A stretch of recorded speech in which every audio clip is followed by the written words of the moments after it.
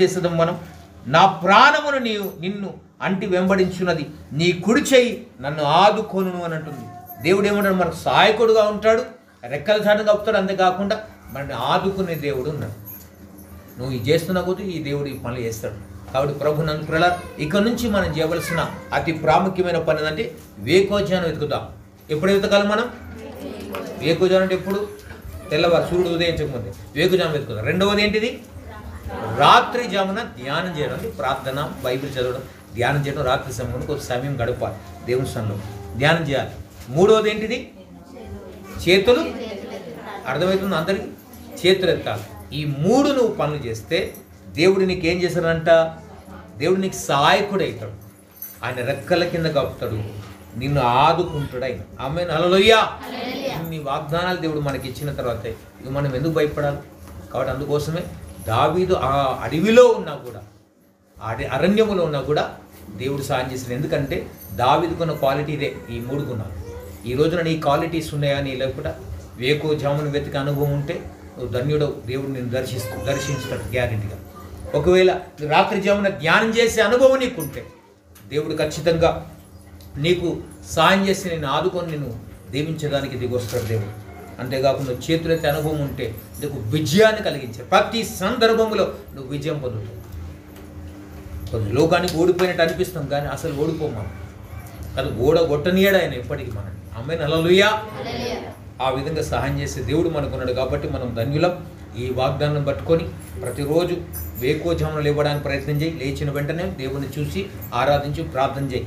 రాత్రి జమున దేవుని జ్ఞాపకం చేసుకో, వాక్యం చదువు, ధ్యానం చేయి. కొద్దిసేపు నీతోడు ఏం మాట్లాడిండో స్మరణ తెచ్చుకో, అవన్నీ జ్ఞాపకం చేసుకో, ధ్యానం చేయి. తర్వాత చేతులెత్తి ఆరాధించి ప్రార్థన చేయి. అద్భుతాలు, విజయోత్సవులుగా దేవుడు నిలబెడతాడు. ఈ కీర్తన ద్వారా, ఈ కృతజ్ఞత కీర్తన ద్వారా దేవుడు నిన్ను దర్శించి ఆశించి బలపరచును గాక. ఆమేన్. కాబట్టి దేవుడు మనతో మాట్లాడిన ప్రతి మాటను బట్టి కృతజ్ఞత భావం కలిగి దేవుని స్తుతిద్దాం. అందరం లేచి నిలబడి దేవుని ఆరాధిస్తాం. దేవుని స్తోత్రం, స్తోత్రం, స్తోత్రం, స్తోత్రం. హల్లెలూయా, హల్లెలూయా, హల్లెలూయా. అందరు కలిసి దేవునికి హృదయపూర్వక కృతజ్ఞత చెల్లించండి. దేవుని స్తోత్రం, స్తోత్రం, స్తోత్రం. పరిశుద్ధుడా, మహాగణుడా, సర్వేశ్వరుడా, ఆది సంభూతుడా, నిన్న నేడు రేపు ఏకృతున్నవాడా, మార్పు లేనివాడా, మారనివాడా, నిత్యులకు తండ్రి నీకే స్తోత్రం. ప్రేమ స్వరూపడానికే స్తోత్రం.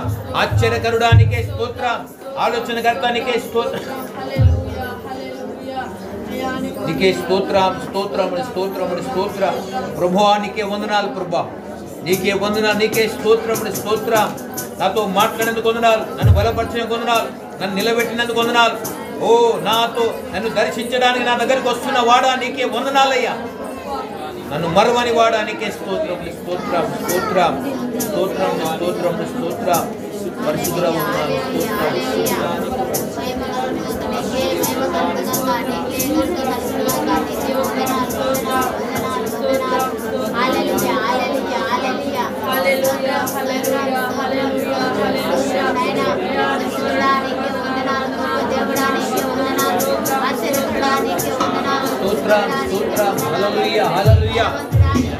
అందరి చేతులు పైకెత్తి దేవుని స్తోత్రం చెప్పండి. రెండు మనసులో దివ్యాంతరంగాలతో హల్లెలూయా, హల్లెలూయా, హల్లెలూయా. పరిశుద్ధుడా నీకే స్తోత్రం, నీకే స్తోత్రం, నీకే మహిమ, నీకే మహిమ, నీకే మహిమ, నీకే స్తోత్రం.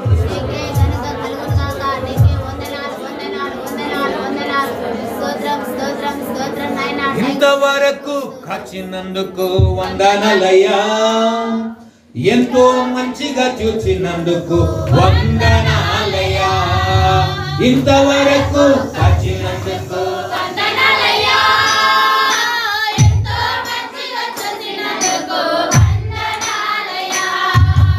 అమ్మవలే నన్ను ప్రేమించినందుకు వందనాలయ్యా, అమ్మవలే నన్ను ప్రేమించినందుకు వందనాలయ్యా.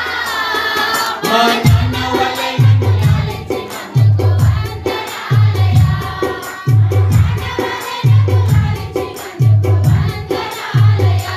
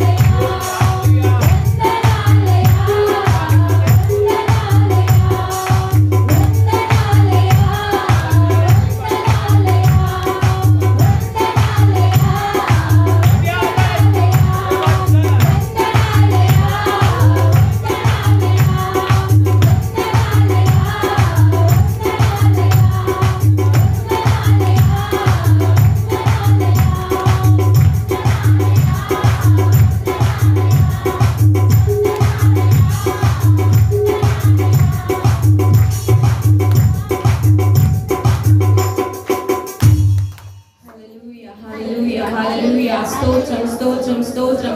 పరిశుద్ధుడా నీకు వందనాలు వందనాలు వందనాలు. అందరూ చేతులెత్తి గట్టిగా దేవుడికి కృతజ్ఞతాస్తుతులు చెల్లిద్దాం. అయ్యా నువ్వు చేసిన ప్రతి మేలకై వందనాలే. మమ్మల్ని సజీవంగా ఉంచిన దేవానికి వందనాలే.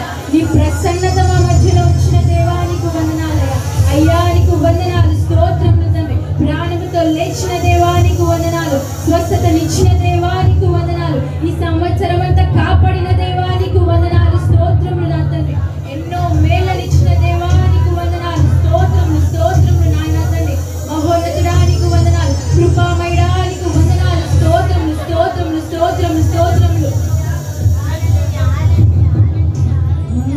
మహిమను విడచిన దేవా స్తుతి ఆరాధనా నీకే. జీవనాధిపతి స్తుతి ఆరాధనా నీకే. మహిమను విడచిన దేవా స్తుతి ఆరాధనా నీకే. జీవనాధిపతి స్తుతి ఆరాధనా నీకే. Hallelujah hosanna hallelujah hosanna hallelujah hosanna hallelujah hosanna hallelujah hosanna hallelujah hosanna hallelujah hosanna hallelujah hosanna. ప్రాణముతో లేచిన దేవా స్తుతి ఆరాధనా నీకే. జీవనాధిపతి స్తుతి ఆరాధనా నీకే. ప్రాణముతో లేచిన దేవా స్తుతి ఆరాధనా నీకే. జీవనాధిపతి స్తుతి ఆరాధనా నీకే. Hallelujah hosanna hallelujah hosanna hallelujah hosanna hallelujah hosanna hallelujah hosanna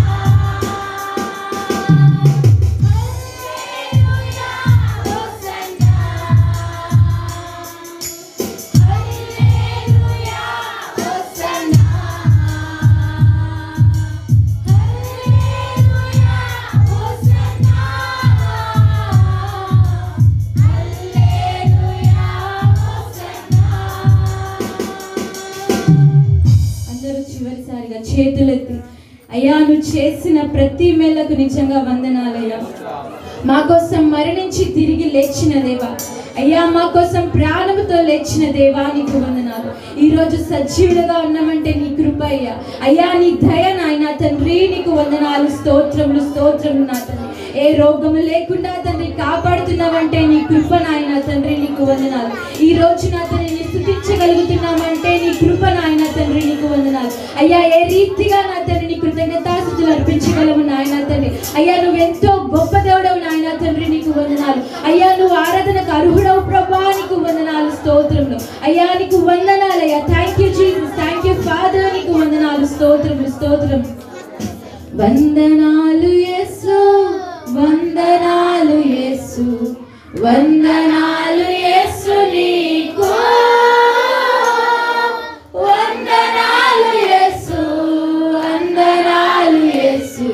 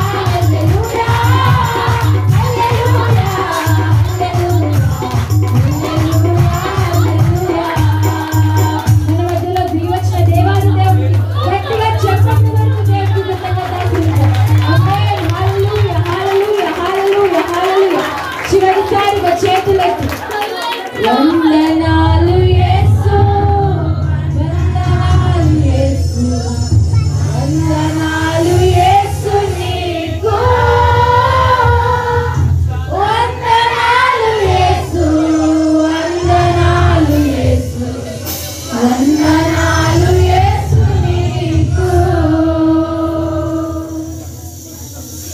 హల్లెలూయా హల్లెలూయా. పరిశుద్ధాత్ముడా, మహోన్నతుడా, కృపగల తండ్రి, అయ్యా పూజార్హుడా, స్తుతులకు అర్హుడా నీకు వందనాలు. మా మధ్యలో దిగి వచ్చిన యేసయ్యా నీకు వందనాలు. అయ్యా మాట్లాడే దేవా నీకు వందనాలు తండ్రి. అయ్యా మా స్తుతుల మీద ఆశీర్వదమైన తండ్రి నీకు వందనాలు. అయ్యా ఆరాధనలో అనేక మందికి ఇచ్చిన స్వస్థతకై నీకు వందనాలు, ఇచ్చిన నెమ్మదికై నీకు వందనాలు, స్తోత్రములు నాయన తండ్రి. అయ్యా నీ ప్రసన్నతను నింపిన దేవా నీకు వందనాలు, స్తోత్రములు తండ్రి. అయ్యా మా స్తుతులకు అర్హుడవు నీవు మాత్రమే నాయన తండ్రి, నీకు వందనాలు. అయ్యా నా తండ్రి జీవాధిపతి నీకు వందనాలు ప్రభా. నీ సన్నిధిని బట్టి వందనాలు, స్తోత్రములు తండ్రి. అయ్యా ఇప్పటివరకు మాతో ఉన్నావు అయ్యా, నడిపించావు నీకు వందనాలు, స్తోత్రములు తండ్రి. ఇక ముందున్న సమయాన్ని కూడా నా తండ్రి నీ చేతిలోకి అప్పచెప్పుకుంటున్నాను తండ్రి. వాక్యం ద్వారా మాతో మాట్లాడి బలపరిచి నాయన తండ్రి మాతో మీరుండమని నా తండ్రి, నీ నామానికి మహిమ తెచ్చుకోమని నజరేయుడవైన యేసుక్రీస్తు అతి పరిశుద్ధ నామములు అడిగి వేడుకుంటున్నాను నా తండ్రి, ఆమేన్. కూర్చుందాం. దేవుని స్తోత్రం.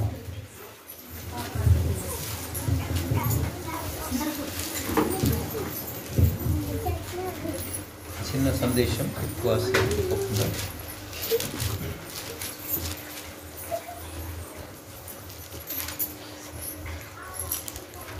ఆదికాండము 28వ అధ్యాయం.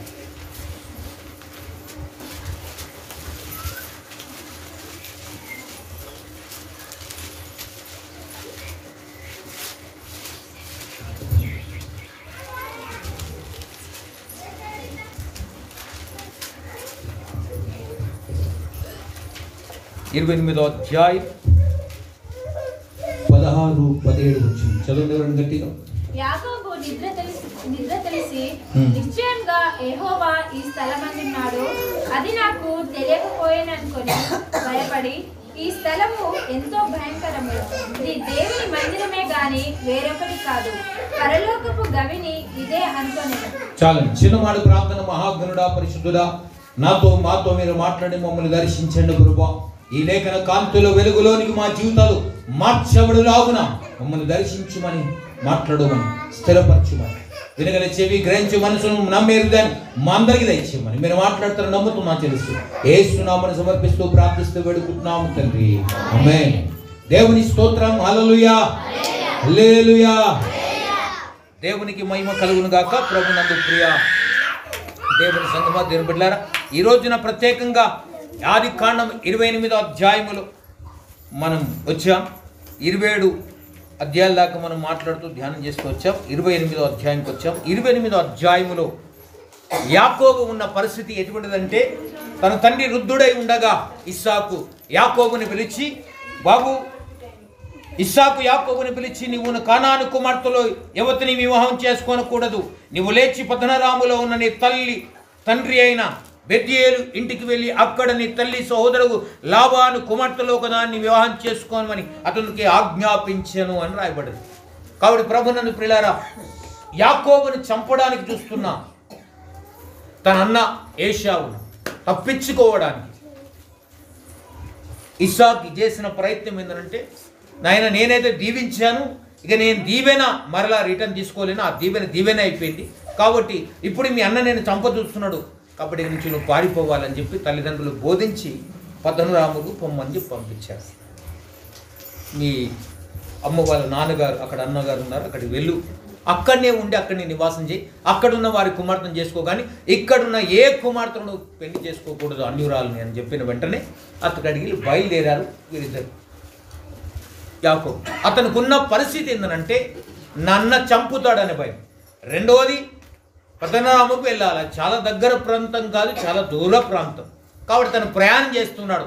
ఆ ప్రయాణం చేస్తూ ఉన్నప్పుడు ఒక కర్ర మాత్రమే తన చేతుంది, వేరేది ఏది లేదు. అలా వెళ్తున్నాడు. అక్కడికి వచ్చిన వెంటనే అరణ్యములకు వచ్చిన ఆగిపోవలసి వచ్చింది అతని పరిస్థితి. ముందటికి వెళ్ళలేక, వెనుకకి వెళ్ళలేక, ఈ టైంలో భయపడుతున్నాడు. వెనుక అన్న వచ్చి చంపేటట్టు, ఈ రాత్రి అరణ్యంలో చచ్చేటట్టున్నా, ఎటు ముందుకు వేయలేను, వెనుకకి వేయలేను, అడుగు పరిస్థితి ఎలా ఉందని చెప్పేసి ఆ రాత్రి దేవుని జ్ఞాపకం చేసుకున్న, ఆ తండ్రి దేవుడా, ఇస్సాకు దేవుడా, అబ్రాహాము దేవుడా, నీ దగ్గరకు వచ్చాను ఈ రాత్రి అని చెప్పి ప్రార్థన చేసుకొని పండుకున్నాడు. ఓ తలగడ ఒక రాయి పెట్టుకొని పండుకున్నాడు. పండుకున్న వెంటనే అతను ఉన్న పరిస్థితి భయాందోళనమైన పరిస్థితి, ఎటు తోచని పరిస్థితి, ఏం చేయాలో అర్థం కాని పరిస్థితులు ఉన్నాడు. ఆ పరిస్థితుల్లో అతనికి ఏమనేది కల రావాలి? ఒకవేళ దేవుడు దర్శిస్తే ఎట్లా దర్శించాలి? భయపడకు, నేను ఉన్నాను రా బాబు, నేను ధైర్యపరిచేవాడిని నేనే, సహాయం చేసేవాడిని నేనే అని ఏదో ఒక ధైర్యపు మాట చెప్పి బలపరచాలి. అతనుకున్న పరిస్థితి వేరు, దేవుడు దర్శించిన విధానం వేరు. ఆమేన్, హల్లెలూయా. అతనున్న పరిస్థితి ఏమో ఆందోళనకరం, భయంకరం, ఉన్న ప్రదేశం భయంకరమైంది. వెనుకకెళ్ళి వస్తున్న అన్న, ఆ శత్రు చంపడానికి చూస్తున్న అతను భయంకరమే. అతను నున్ననివాడు, ఎర్రనివాడు, బలవంతుడుగా లేడు, అన్నను ఎదుర్కోలేడు. వాడేమో అరణ్యంలో పుట్టి అరణ్యం పెరిగినోడు, నేనేమో ఇంటికాడ పెరిగినోడు. వాడు ఎండపొత్తు తలిగినోడు, నేను నీడపొట్టు ఉన్న తల్లి కొంగుచాటున ఉన్నోడిని, వాంతో నేను కోట్లాడలేదు అని పారిపోతున్న సందర్భం, భయాందోళనతో ఉన్న సందర్భంలో దేవుడు అతనికి దర్శనమిస్తున్నాడు. ఏమని దర్శనమిస్తున్నాడు అని అంటే దేవుని మందిర దర్శనం. ఆమేన్, హల్లెలూయా. ఏమనాలి? ఇది దేవుని మందిర దర్శనం అతనికి కనబడుతున్నది. పరలోక ఆకాశం తెరిచాడు, ఒక నిచ్చెన వేశాడు. ఆ నిచ్చెన ఎగుతూ దిగుతున్న దేవదూతలు కనబడుతున్నారు. ఈ కళ కనబడిన వెంటనే అతను ఉన్న చోటికే నిచ్చెన వచ్చేదంట. ఆ నిచ్చెనలో దేవదూతలు దిగుతున్నారు, ఎక్కుతున్నారు. అది చూసిన వెంటనే దిగ్గున లేచి అప్పుడు ఈ దర్శనంతో మాట్లాడుతున్నాడు. ఈ మాటలు మనం చదివిన లేఖన భాగంలో మనం అన్నట్లుగా ఆ లేఖన చదివాను. నిజంగా అతను నిద్ర మేలుకొని నిత్యముగా యెహోవా ఈ స్థలం అందున్నాడు, అది నాకు తెలియకపోయిన అనుకొని భయపడి, ఈ స్థలము ఎంతో భయంకరం, ఇది దేవుని మందిరమే గాని వేరొకటి కాదు, ఇది పరలోకపు గవిని అనుకొనెను. ఆమేన్, హల్లెలూయా. కాబట్టి ఇది పరలోకపు గవిని, దేవుని మందిరమే గాని మరొకటి కాదని.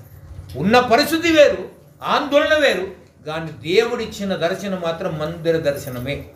ఈ రోజున ప్రియా దేవుని సంగమా, ఈ క్రైస్తవ లోకానికి లేదా క్రైస్తవ విశ్వాసులందరికీ, ప్రతి సేవకునికి, ప్రతి విశ్వాసకి దేవుడిచ్చే దర్శనం ఏంటంటే ఆయన సంఘ దర్శనము రావాలి. హల్లెలూయా.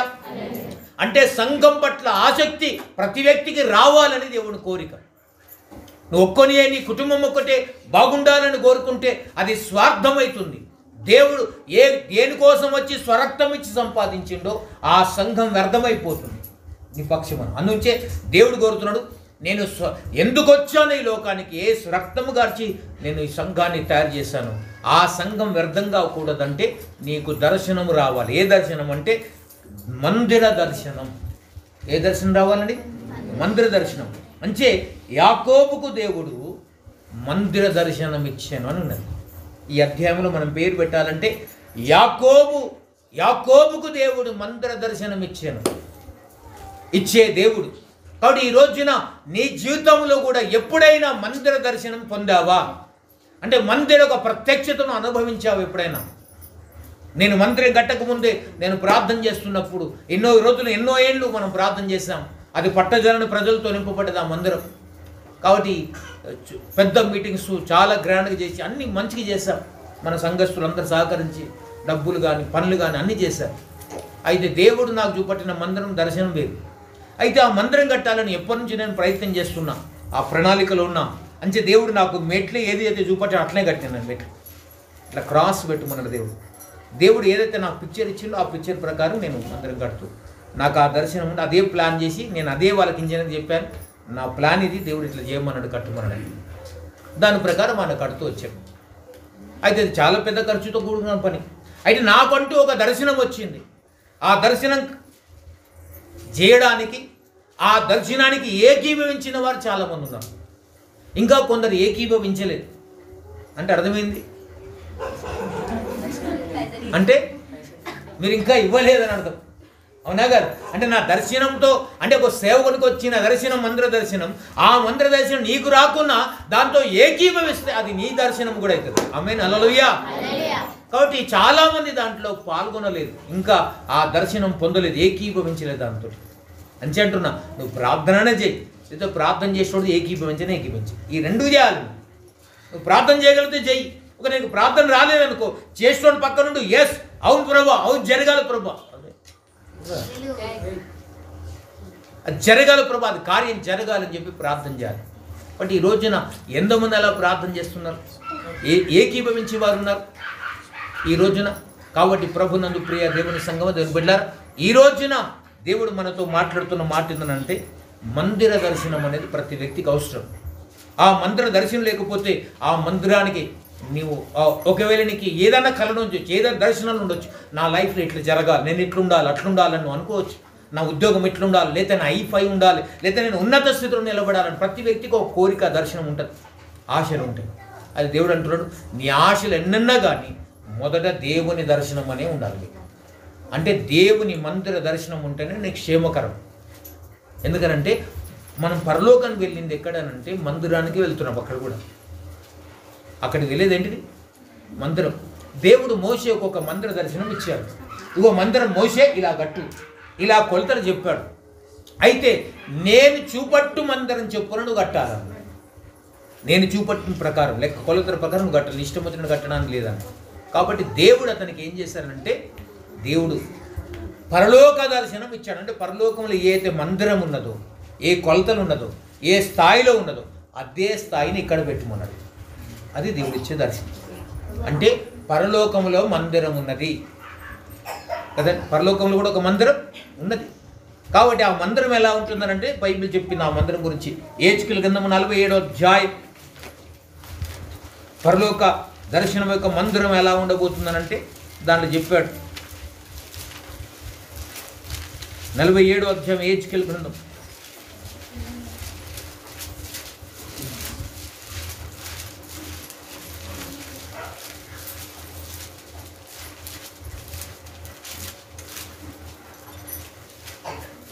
మొదటి వచ్చింది చదవండి. అతడు మందిరపు గుమ్మమునకు నన్ను తోడుకొని వచ్చెను. మందిరము తూర్పు ముఖముగా ఉండెను. నేను చూడగా మందిరపు గడప క్రింద నుండి నీళ్లు ఉబికి తూర్పుగా పారుచుండెను. ఆ నీళ్లు బలిపీఠమునకు దక్షిణముగా మందిరపు కుడి ప్రక్కను క్రింద నుండి పారుచుండెను. దేవుని స్తోత్రం. దేవుడు అంటున్నాడు, ఆ మందిరము దర్శనం ఇతను కలిగింది హెచ్కేలుకు. ఆ మందిరం నేను చూసి తిని, ఆ మందిరము బలిపీఠం దగ్గర నుంచి ఒక నీళ్లు ఉబ్బుకుచుండేను అని అంటాడు. అంటే బలిపీఠం అంటే ఈ బలిపీఠం, ఇది బలిపీఠం. ఈ బలిపీఠము నుంచి నీళ్లు ఉబ్బుకుచుండవలేను అని అంటాడు. నీళ్లు అంటే పరిశుద్ధాత్ముడు. ఏ సంఘములైతే వాక్యం ఉంటుందో, ఏ సంఘములైతే నీళ్లు ఉంటుందో ఆ సంఘానికి నువ్వు వెళ్ళగలగాలి. అంటే వాక్యము లేని సంఘానికి, పరిశుద్ధాత్మ లేని సంఘానికి నువ్వు వెళ్తే నీవు నిర్జీవం అయిపోతావు. అంటే నిర్జీవమైన సంఘానికి వెళ్ళి నువ్వు జీవం లేనివాడు, నీ జీవాన్ని పోగొట్టుకుంటావు. అందుకోసమే దేవుడు అంటుండు, పరిశుద్ధాత్మ ఉండాలి, వాక్యము కొట్టే అంటే నేను కొట్టి నరికి సరిచేసే వాక్య పట్టణం కూడా ఉండాలి. ఊరికే నేను మెచ్చుకునేది, నేను పొగిడే ఏ సంఘం అయితే నేను పొగుడుతుందో, ఏ సంఘం అయితే నేను మెచ్చుకుంటుందో దేవుడు మెచ్చడు దాన్ని, ఆ సంఘాన్ని. ఎందుకంటే వాక్యము సరి చేయడానికి పెట్టాడు దేవుడు. అది నేను కావచ్చు, నువ్వు అందరం దాంతోనే సరి కావాలి. ఆ సంఘం నిన్ను పరలోకాన్ని తీసుకువెళ్తుంది. లేదా నువ్వు ఏ సంఘానికి వెళ్ళినా ఆ సంఘం నేను నిర్జీవంతో తీసుకువెళ్తుంది. అది ఎంత పురాణ సంఘమైనా కావచ్చు. కానీ దాంట్లో దేవుని వాక్యము లేకపోతే, నేను ఖండించేది, సరిచేసేది, బుద్ధి చెప్పేది, గద్దించేది, నేను కట్టేది, నాటేది, ఈ 6 సూత్రాలు ఏ సంఘములు అయితే ఉండవో, వాక్య పఠనం ఉండదు, ఆ వాక్యము నేను నరకానికి తీసుకువెళ్తుంది కానీ పరలోకాన్ని తీసుకువెళ్ళాలి. కాబట్టి అందుకోసమే ఆ వాక్యమున్న సంఘంలోకి నువ్వు వెళ్ళాలి. రెండోది వాక్యం వెళ్ళడం అవ్వాలి, రెండోది పరిశుద్ధాత్ముడు వెళ్ళడు కావాలి నీ మీద. ఈ 2 సంఘం ఏ సంఘం ఉంటే ఆ సంఘం నేను పరలోకానికి తీసుకువెళ్ళడానికి సిద్ధపరుస్తుందని అర్థం. కాబట్టి అందుకోసమే దేవుడు ఆ సిద్ధపాటును పెట్టాడు. అయితే ఆ నీళ్లు పారుతున్నప్పుడు ఇక్కడ ఏముందంటే 7 వచ్చింది. నేను తిరిగి రాగా నదీ తీరమున ఇరుప్రక్కల చెట్లు విస్తారంగా కనబడి, అప్పుడు ఆయన నాతో ఇట్లా, ఈ నీళ్లు ఉబికి తూర్పుగానున్న ప్రదేశమునకు పారి అరబాలోనికి దిగి సముద్రంలో పడు. అప్పుడు సముద్రపు నీళ్లు మంచి నీళ్లకు వడిగా పారు ఈ నది వచ్చ చోట్ల నెల్ల జలచరములన్నీ బ్రతుకులు. ఈ నీళ్లు అక్కడికి వచ్చుట వలన ఆ నీరు మంచి నీళ్లగును గనుక చేపలు బహు విస్తారములగును. ఈ నది ఎక్కడికి పారునో అక్కడ సమస్తమును బ్రతుకులు. ఆమేన్, హల్లెలూయా. ఈ నది ఎక్కడికి పారుతుంటుందో అక్కడ సమస్తం బ్రతకాలి అంతే. ఒక వ్యక్తి కృంగిపోయి, కృషించిపోయి బలహీనుడుగా వస్తే అక్కడే దేవుని దర్శనం ఉన్న, దర్శనం మందిరం ఉన్న, ఆ వాక్కు కలిగిన, పరిశుద్ధాత్మ కలిగిన సంఘానికి వెళ్తే అక్కడ అతని బ్రతికిస్తుంది ఆ వాక్యం. ఆమేన్, హల్లెలూయా. వాడు ఈ రోజున యాకోబును భయాందోళనతో వస్తున్నప్పుడు దేవుడు దర్శనం ఇచ్చాడు, మందిర దర్శనం. అందుచే లుజు అనే ఆ ఊరు పేరు ఉండే దానికి బేతేల్ అని పేరు పెట్టాడు. ఆమేన్, హల్లెలూయా. ఇది దేవుని మందిరం. బేతేల్ అంటే దేవుని మందిరం అని అర్థం. అంటే చాలా మంది బెతస్తా ప్రార్థన మందిరం, బేతేలు ప్రార్థన మందిరం అని పెట్టుకుంటారు. అంటే దాని అర్థం దేవుని మందిరం అని అర్థం. కాబట్టి దేవుని దర్శించిన స్థలం బేతేలు. కాబట్టి ఈ రోజున నీకు ఈ బేతేలు అనుభవం ఉన్నదా? యాకోబులకు ఒక దర్శనం నీకు కలిగిందా? ఎప్పుడైనా దేవుని మందిర దర్శనం పొందుకున్నావా? అసలు ఆ మందిరం, ఆ దర్శనం కోసం నువ్వు తాపత్రయపడ్డావా ఎప్పుడైనా? ఎప్పుడు నీ కష్టాలు, నీ బాధలు, నీ సమస్యలు, నీ ఇరికాటములు చెప్తున్నావు దేవునికి. ఇవన్నీ పోతున్నాయి, మళ్ళీ కొత్తగా వస్తున్నాయి, మళ్ళీ అవే చెప్తున్నావు. అంటే రిపీట్ అవుతుంది నీ లైఫ్లో. అదే దర్శనం ఉన్న చోట జనులు బ్రతికెదరు అంటుంది వాక్కు. దర్శనం లేని చోట జనులు నశించేదరు. వాడు ఈ రోజున దర్శనం కలిగిన వ్యక్తిగా నువ్వు మారాలి. అది ఎటువంటి దర్శనం? మందిర దర్శనం. ఏ దర్శనం అండి? మందిర దర్శనం ఉండాలని. ఎందుకంటే ఈ లోకాన్ని విడిచిన పెట్టండి, నువ్వు వెళ్ళేది పరలోక మందిరానికి.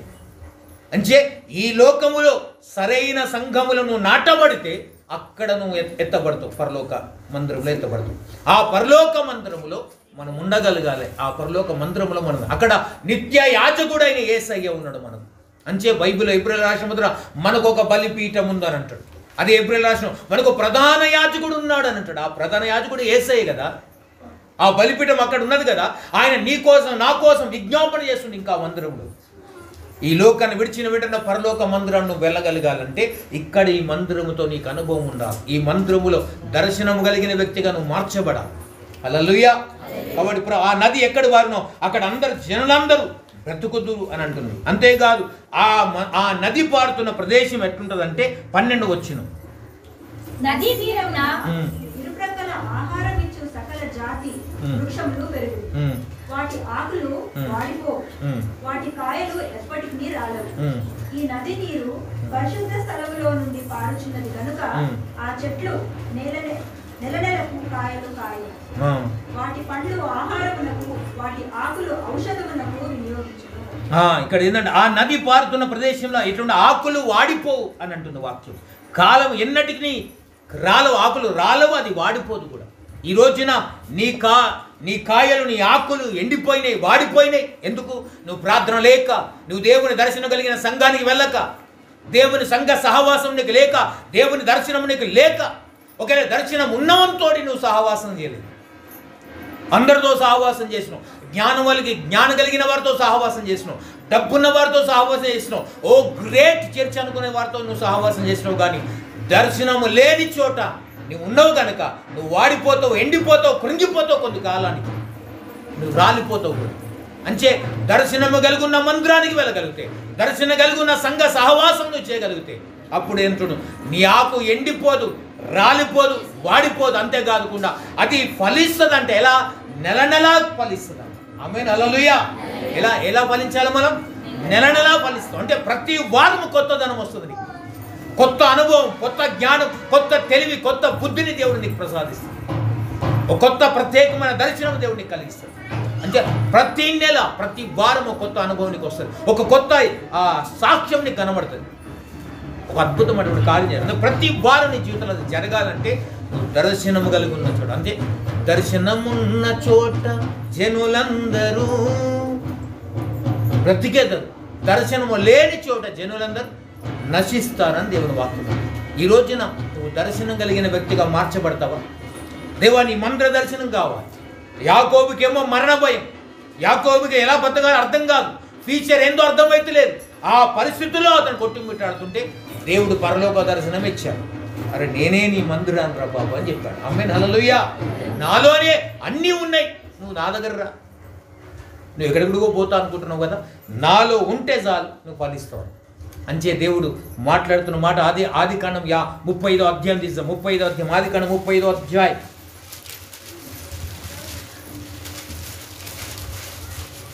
మొదటి వచనం. దేవుడు యాకోబుతో, నీవు లేచి బేతేలునకు వెళ్ళి అక్కడ నివసించి నీ సహోదరుడైన ఏశావు ఎదుట నుండి నీవు పారిపోయినప్పుడు నీకు కనబడిన దేవునికి అక్కడ బలిపీఠము కట్టుమని చెప్పగా. చూడండి, ఇక్కడ దేవుని వాగ్దానం ఏమిటంది? మళ్ళా దేవుడు కనబడి దర్శించిన తర్వాత కూడా అతను ముందుకు వెళ్ళిపోయాడు. ఓ దూరం పోయినాక భయం చుట్టుకున్నది. అప్పుడు దేవుడు మరలా, ఈ టైంలో ఏం చేయాలి ప్రభా, నా అనే వారందరూ నన్ను మోసం చేశారు, నా సొంత మామ బిడ్డనిచ్చిన మామ కూడా నన్ను మోసం చేశారు, ఇప్పుడు ఏం చేయాలి పరిస్థితి అన్నప్పుడు ఎవడన్నాడు, బేతేలుకే వెళ్ళు, అక్కడ నువ్వు బలిపీఠం కట్టాలి. నేను కనబడ్డ స్థలంలో ఒక దర్శనం కలిగిన సంఘములో అక్కడ నాటబడాలను. అక్కడ నాటబడితే నువ్వు ఫలిస్తూ అభివృద్ధి చెందుతావు. అక్కడ నాటబడకుండా ఎక్కడెక్కడికో తిరుగుతున్నావు ఎందుకు? నువ్వు పో, మళ్ళీ బేతేలుకే వెళ్ళు, అక్కడ నువ్వు నాటబడాలి, ఆ మంత్రంలో నువ్వు స్థిరపరచబడాలి, నువ్వు మహావృక్షమై కనబడాలి, అనేకులకు ఆశీర్వాదం. అంటే నువ్వు అక్కడ నాటబడితేనే ఫలిస్తావు. కాబట్టి నువ్వు అక్కడికే వెళ్ళని దేవుడు చెప్తున్నావు. కాబట్టి ఈ రోజున ప్రియ దేవుని సంగమ దేవుని బిడ్డలారా, ఎంతమంది బేతేలు అనుభవం లేకుండా, దేవుని దర్శనం అనుభవం లేకుండా, సంఘ సహవాసం అనుభవం లేకుండా ఎండిపోయి వాడిపోయి కుంగిపోయి పడిపోవడానికి, వాలిపోయి పడిపోవడానికి దగ్గరలో ఉన్నాము.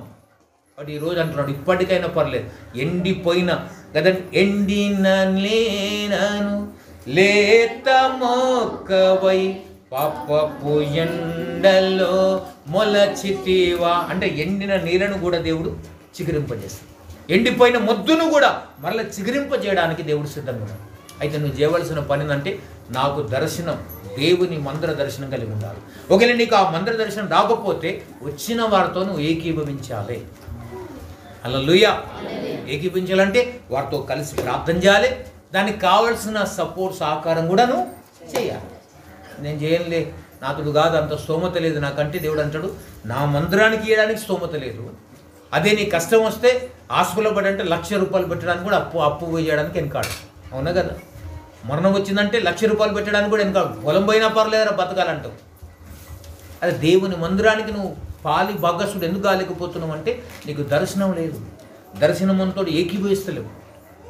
అందుకోసమే కొద్ది రోజుల్లోకి నువ్వు మెల్లమెల్లగా పచ్చగా ఉన్నవాని ఎండిపోవడం స్టార్ట్ అవుతుంది. ఎండిపోయిన తర్వాత దాని బలం పోతుంది, మెల్లగా ఆకు రాలి కింద పడిపోతుంది. అది పడిపోయిన ఆకు ఎక్కడికి పోతుంది? మళ్ళీ చివరికి అగ్నితో కాల్చబడుతుంది.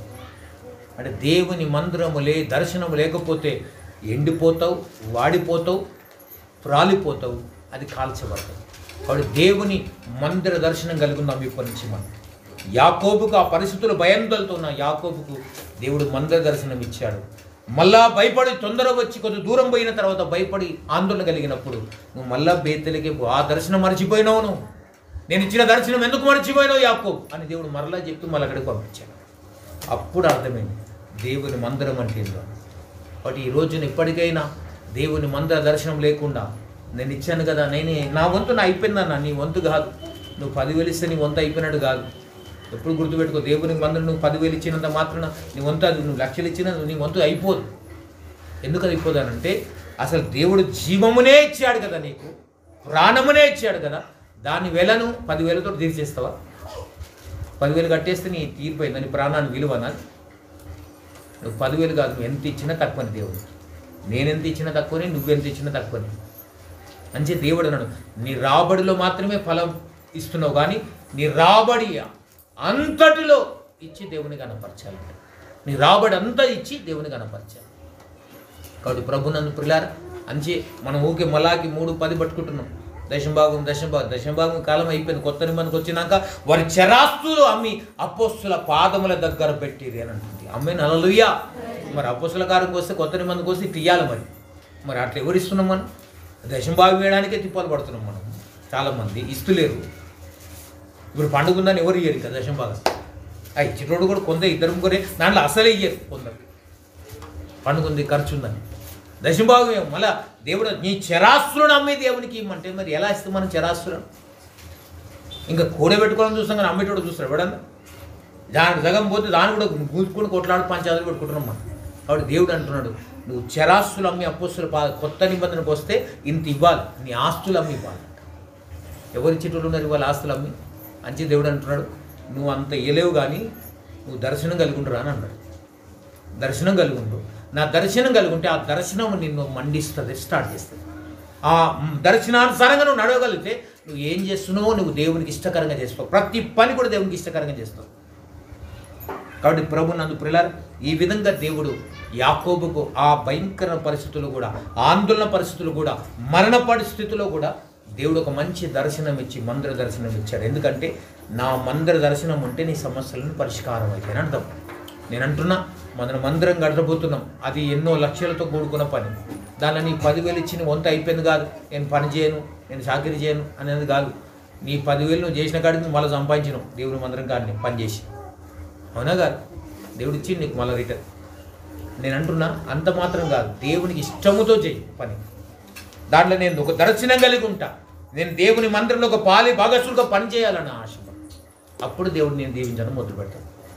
విలియముకు సాక్ష్యం ఇచ్చాను కదా, ఈ సంవత్సరం నేను వాడబడాలి ప్రభా, అది ఏదైనా కానీ, అది ఊగుడైనా సాపులేసుడా లేదా కరెంటు కనెక్షన్ ఇచ్చుడా ఏదో ఒక దాంట్లో నేను వాడబడతా ప్రభా, నన్ను వాడుకోని అన్నాడు. సాక్ష్యం ఇచ్చుడా, పాటలు పాడిన ఆరాధించుడు ఏదో ఒక దాంట్లో దేవుడు అతను దీవించడం మొదలుపెట్టాడు ఈ సంవత్సరం, సాక్ష్యం ఇచ్చాడు. కాబట్టి నీ జీవితంలో కూడా దేవుని మందిరంలో ఏదో ఒకటి నేను దర్శనం కలిగి ఉంటే ఆ దర్శనం కలిగిన వ్యక్తి కరెక్ట్ పని చేస్తాడు. దర్శనం లేకపోతే కరెక్ట్ పని చేయవు. కాబట్టి మంచి దర్శనం కలిగి ఉంటూ దర్శనానుసారంగా నడిపించడం పంచే అనేకులు దర్శనం కలిగి ఉంటుట మందిరములో ధన్యత మనకు. మనం 3 దినాలు ఉపవాస ప్రార్థన గురించి చెప్పారు. సాక్ష్యం అంటే జయమొక్కది చెప్పింది సాక్ష్యం. ఆమె ఆ రోజు చెప్పింది, ప్రార్థన చేస్తున్న 3 దినాల తర్వాత నేను ఎప్పుడు ఉండాలి ఉపవాసం, 3 దినాలు ఉపవాసం ఉన్నాం కదా. ఉన్నాక దేవుడు ఒక పరలోకం, ఒక మేఘం, ఒక పావురమ్మల పరిశుద్ధాత్మను వచ్చి వాలినట్టు అనిపించింది నాకు. ఆ కొత్త అనుభవం, కొత్త ఆశీర్వాదం నాకు కలిగింది. నన్ను బ్లెస్ చేసినట్టుగా, నన్ను అభిషేకించినట్టుగా, నన్ను బలపరిచినట్టుగా అనిపించింది. నిజంగా ఈ రోజున 3 దినాల ఉపవాసం నీకే దర్శనం కలిగింది. మరి పరిశుద్ధాత్మ పావురమ్మల దిగొచ్చిందాం. బట్ నీకు పరలోక దర్శనం అన్న కలిగి ఉంది, దేవుని మందిర దర్శనం కలిగి ఉంది. ఆ మందిర దర్శనం కలిగి ఆ మందిరానుసారంగా ఆ మందిరంలో ప్రకటించబడుతున్న మాట కానీ, ప్రార్థన కానీ, ఆజ్ఞ కానీ, వచ్చిన కానీ, ఏదైనా కానీ అది నీకు మేలు కోసం నువ్వు నెల నెల కాపు కాసినట్లుగా నువ్వు వాడిపోకుండా, రాలిపోకుండా, పడిపోకుండా దేవుడు నిన్ను నాటుతాడు దేవుని మందిరంలో. ఆమేన్, హల్లెలూయా. నేనైతే దేవుని మందిరంలో ఒలీవ మొక్క వలె నాటబడుతున్నట్టాడు భక్తుడైన దావీదు. నువ్వు దేవుని మందిరం నాటబడు, ఫలించు. ఈ రోజు నుంచి నీ దర్శనం ఏం దర్శనమై ఉండాలి? మందిర దర్శనం. 28వ అధ్యాయంలో యాకోబుకు దేవుడు మందిర దర్శనం ఇచ్చాడు. ఈ రోజు నుంచి నీవు కోరుకోవాలి, కొత్త సంవత్సరం నాకు కూడా ఒక దర్శనం కావాలి. అది మందిర దర్శనం ప్రభావం. ఆ మందిరంలో నాటబడాలయ్యా, అది నేను పచ్చగా ఉండాలి, అది వ్యాపించాలి, అది రాలిపోవద్దయ్యా, నెల నెల కాపుగాయాలి. ఆ ఫలం నీవు తెంపుకోవాలి, అది ఔషధానికి ఉపయోగపడాలి, అది తిన్నవానికి ఆరోగ్యం కలగాలి. నాతో మాట్లాడినా, నేను అన్నం పెట్టినా, లేదా నీళ్ళు ఇచ్చినా, నేను ఏం చేసినా వానికి దీవెన కలగాలి. అది జరగాలి, నా నుంచి అట్లా జరగాలి. జీవజల ఊటలు నాలో నుంచి బయలుదేరాలి. కాబట్టి దేవుని మందిరం దర్శనం కలిగిన వాడిని దేవుడు ఏం చేస్తాడంటే వాడినే మందిరంగా మారుస్తాడు. ఆమేన్, హల్లెలూయా. అంటే యాకోబు దేవుని మందిరం కలిగి ఉన్నాడు. యాకోబును ఇజ్రాయేలుగా మార్చి ఇజ్రాయేల్ దేశంలో ఒక మందిరంగా నిలబెట్టాడు. ఆమేన్, హల్లెలూయా. ప్రపంచ దేశాలను ఇజ్రాయెల్ దేశాన్ని చూసేటట్టుగా చేశాడు. కాబట్టి ఈ రోజున దేవుని మందిరం దర్శనం కలిగి ఉంటే నీవు కూడా దేవుని మందిరం అయిపోతావు. నీలో నుంచి జీవజల దారలు ప్రవహిస్తాయి. ఆమేన్, హల్లెలూయా. సామెతలు 4వ అధ్యాయంలో జీవజల నన్ను నమ్మిన వాడిని ఆజ్ఞ ప్రకారం నడిచిన వాడిని లోపల నుంచి జీవధారలు బయలుదేరాను. ఆ మందిరం నుంచి జీవధారలు బయలుదేరి అనేకులకు జీవాన్ని ఇస్తారు. ఈ రోజు నీ ద్వారా అది జరగాలి, అది దేవుడు కోరుకుంటున్న అట్టి కృప, అట్టి దర్శనం, మందిర దర్శనం కలిగి మనం కూడా జీవం కలిగిన మందిరంగా, నడిచే మందిరాలుగా, పనిచేసే మందిరాలుగా ఈ లోకంలో మనం నిలబడదాం. అట్టి కృప, అట్టి బాధ్యత దేవుడు మనందరికీ అనుగ్రహించి దీవించి ఆశీర్వదించును గాక. దేవుని స్తోత్రం. ప్రార్థన చేసుకుందాం. ప్రియ దేవుని బిడ్డలారా, దేవుడు ఇంత మటుకు మనతో మాట్లాడిన మాటలను బట్టి, నిజంగా దేవుడు మనల్ని బలపరిచిన విధానం బట్టి ఒక చిన్న మాట ప్రార్థన చేసుకుందాం. కళ్ళు మూసుకుందాం అందరం. దేవుడు చెప్పబడిన మాట ప్రతి హృదయంలో నాటి ఫలింపబడును గాక. ఆమేన్. చిన్న మాట ప్రార్థన చేద్దాం అందరం. కళ్ళు మూసుకోండి. ప్రభు నన్ను ప్రియులారా, చెప్పమన్న మాటను బట్టి, దేవుడు మాట్లాడిన ఇచ్చిన దర్శనాన్ని బట్టి